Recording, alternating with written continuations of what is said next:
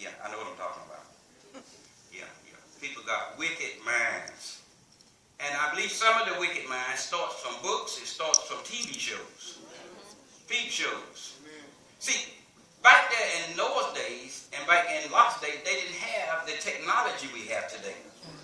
So today, some of the immorality that it would have took just a man and a woman coming together, today men come together with machines, with technology.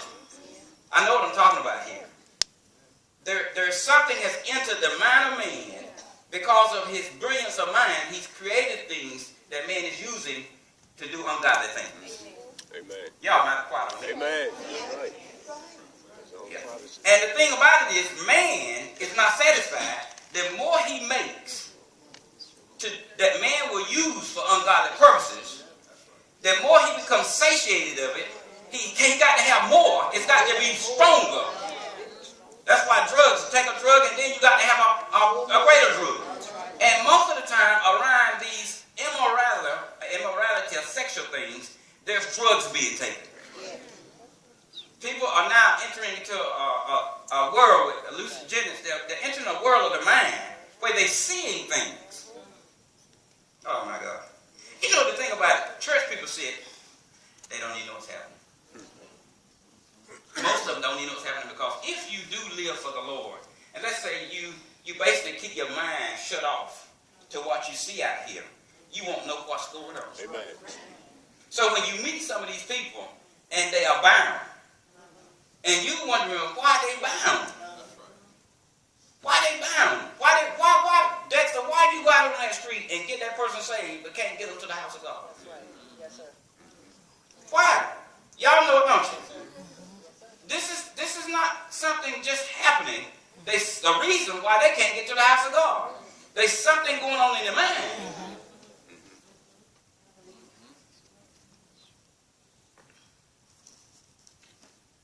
Yeah, there's something happening.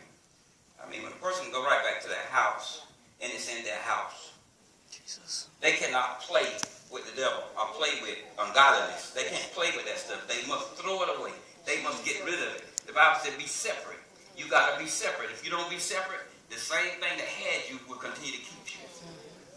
If not that God doesn't have power, it's just that when you got saved, many people get saved today, they still want to remain the same. Amen. Yes. In other words, this is what they want to do. They want to say, okay, I want to receive your Jesus. Okay, Jesus, I confess that you're Lord. I confess that you God raised you. I believe that. Yes, I need Lord. I need eternal life. Yeah, I need a new life. I'm tired of this world. I receive Jesus. Then they walk right back into the house.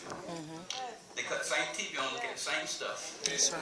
That's right. They go right back kissing and loving on the same person, ain't their husband. Come on. And they somehow or another, they believe that Jesus saved them not to change. And so when you say church, now they want to know what church. If it's that church down that is telling me to get out of this house with this man and not be living with him and indulging in sin, then that ain't the church I want to go to. This is true. If it's the church that say I can't drink my liquor and get drunk now and have parties, and then that ain't the church I want to go to. What they say is send me to a church that just make me feel good now. That what I'm doing, it doesn't convict my heart. Now, these are the people Lot was preaching to.